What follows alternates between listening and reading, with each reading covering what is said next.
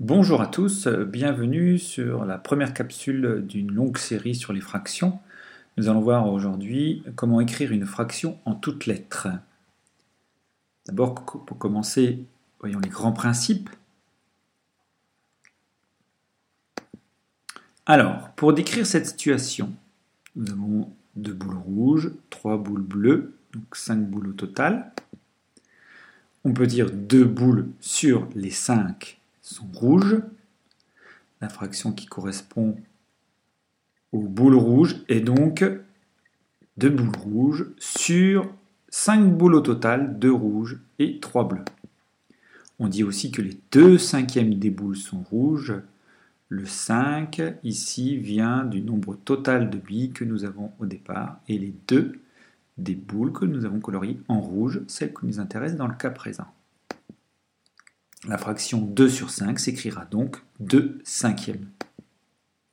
De manière générale, pour nommer une fraction en toutes lettres, on utilise son numérateur pour la numéroter, la quantifier, donner le nombre de boules que l'on prend.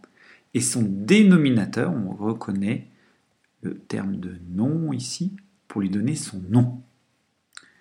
Pour 11 sur 7, on lit qu'il s'agit de septième. Le dénominateur, le nombre qui donne le nom à la fraction, est un 7, donc septième, et qu'il faut considérer 11, on lit donc 11 septièmes pour cette fraction.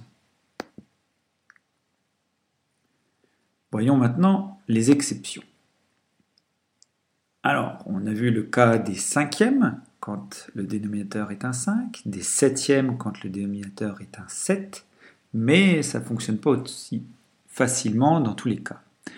Quand le dénominateur vaut 2, 3 ou 4, on dira 7 demi pour 7 sur 2 au lieu de 7 deuxièmes. Le terme de 7 deuxièmes est impropre. 2 tiers pour 10 tiers. 10 sur 3, dans le cas où le dénominateur est un 3 au lieu de 10 troisièmes. Et dans le cas où le dénominateur est un 4, nous dirons 3 quarts pour 3 sur 4 au lieu de 3 quatrièmes.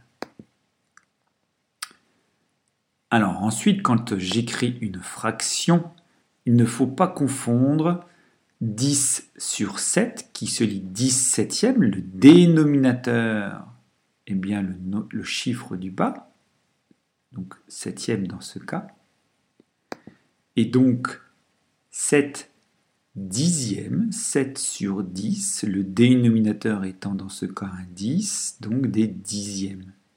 10 septièmes n'est pas la même chose que 7 dixièmes. Voilà, la première capsule sur les fractions est aujourd'hui terminée. Nous allons voir d'autres capsules un peu plus tard. Merci.